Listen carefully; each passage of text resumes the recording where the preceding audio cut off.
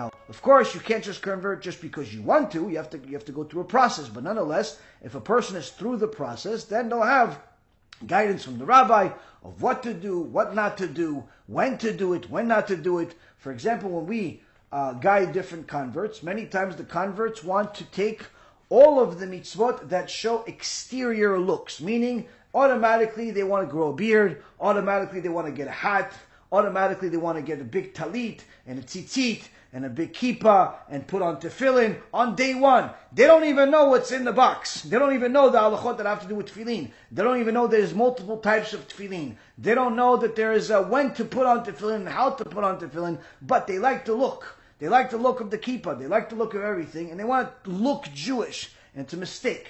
And many times I tell people that the tefillin is not something that you even begin doing. You don't even begin doing until you pretty much have a date of when you're converting. Meaning you've already gone through the process. It's already been confirmed that you know enough and have made enough changes in your life to be a Jew. We're just waiting for the Beit Din to meet with you in a month, in 2 months, whenever it is. That's when you get your tefillin, and that's when you start putting them on. You don't put them on a month after you started learning Torah and you started your conversion process.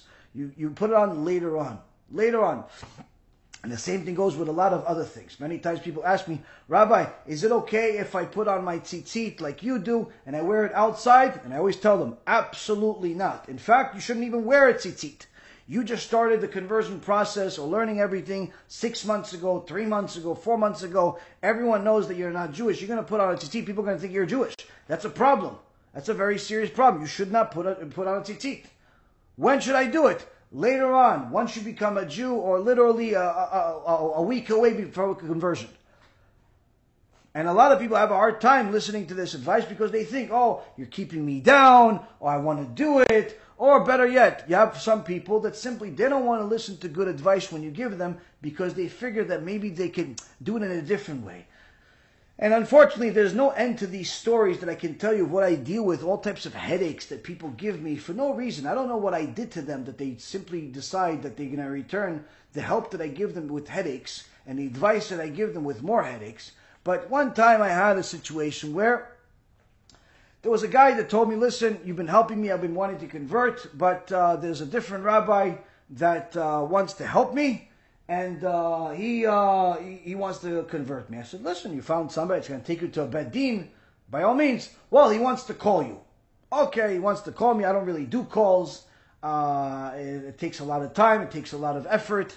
I could just simply do with messages. But anyway, after a few messages with this rabbi, eventually there was a phone call. Within that phone call, I heard this rabbi say a few things. And one of them was that he does the conversion himself, but he somehow gets a certificate from some Beit Din. Okay, this sounds a little strange, sounds illegal, sounds unethical, and sounds against halacha, but whatever. Anyway, this guy had wanted to be the donkey that speaks. By all means, you let him speak. Anyway, after he told me what he told me, I told him that I disagree with his way, I disagree with what he's doing. I would not recommend that he does this with the people that I know, but there's nothing that I can do. If they want to listen to him, by all means. I can't stop anybody. He said, no, don't worry about the Beit Din knows me, and it's okay, and we've done it, and we this, and all the mumbo jumbo. Okay, fine. Anyway, B'siyata Dishmaya, as HaKadosh Baruch Hu always helps me left and right, even when I don't even realize that I need the help, he helps me. Literally, maybe 2-3 days later, the Beit Din that he was talking about happened to call me. They needed my help with something. Now, interestingly enough, I was able to help them with something that they needed. And I said, since I'm already on the phone with you, I wanted to ask you something. There's this rabbi that called me, and he says that he does this, and that, and you send them certificates, even though you're Dayanim. Don't go over there. The rabbi on the phone literally almost had a heart attack. What? Who? What is he talking about? Never. Give me his phone number. Right now we're going to call this guy. He's a Rasha. He's this. Don't trust anything that he says. We would never do such a thing. No one does such things. Why would we put everything on the line to do such a thing? I said, I don't know. It's what he said. I don't know. Check yourself. I'm just telling, I'm asking because it kind of sounded weird. That, a Bet Din that I'm familiar with, it's an honorable Bet Din, is doing things like this, but I don't know. I don't know anybody's business. So that's why I'm asking you. And this rabbi literally almost lost his mind. He couldn't believe somebody was doing this. So now, after I found this out, I contact my, this former student, current student, whatever student he was at the time, and tell him, listen, by the way, I spoke to that rabbi of yours that you told me about, and he said such and such, similar to what you said, but he gave me some more details. And as you would have it, I found out that everything that he's saying is a complete lie. His conversion will not count in the eyes of the Rabbanut, most likely will not count according to Halacha, and quite frankly, he is a thief and a liar. And we also found him lying in a few other things. So you would expect this student to do what? Thank you so much. I love you. You saved my life. You saved my eternity. That's what you would expect. What do I get? Oh, no, come on, listen, maybe we should talk about it. Maybe this, maybe that. He starts calling me. The other people call me. What do you want from my life? I'm trying to help you. Now it's my fault that I'm saving you from a criminal. What do you want from my life? I'm telling you, there's a way to do it. There's a way to do it. You want to do it the right way. You want to do it the wrong way. No. All of a sudden, why? Because people simply don't know how to do what they're supposed to do. They just simply decide that this is the right way, and if you don't agree with it, then there's something wrong with you. So, unfortunately, this is part of the world. This is part of the life. This is part of the test. But a person needs to know they need to play their role in life and not somebody else's role. It always seems to be difficult to be yourself and easy to be somebody else, but I can promise you that being somebody else ends up being very, very painful and unfortunately something that is going to destroy the real you. And you certainly don't want to do that. If a person wants to be a Jew, there's a way to become a Jew. A person that Hashem wants them to become a Jew, Hashem will open up the path at some point for them to become the Jew.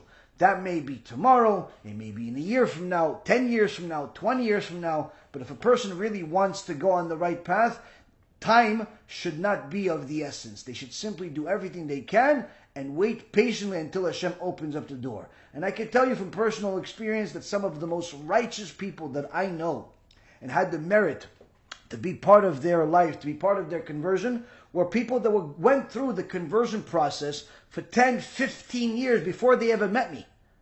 Like they went and they got scammed by a bunch of people, and Hashem gave them a test, and another test, and another test, and another test, and literally they got tortured by different criminals, one after another, for like 10, 15 years. And I know multiple stories like this. And eventually they met me, and Baruch Hashem, we helped them, and within a reasonable time frame, helped them convert too.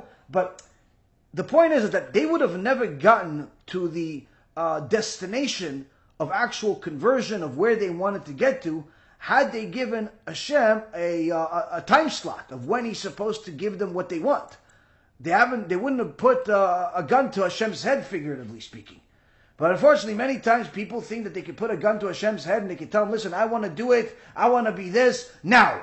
And if you don't do it the way this way, then I'm going to do it in a different way. I'm going to beat the system. You're not beating anybody.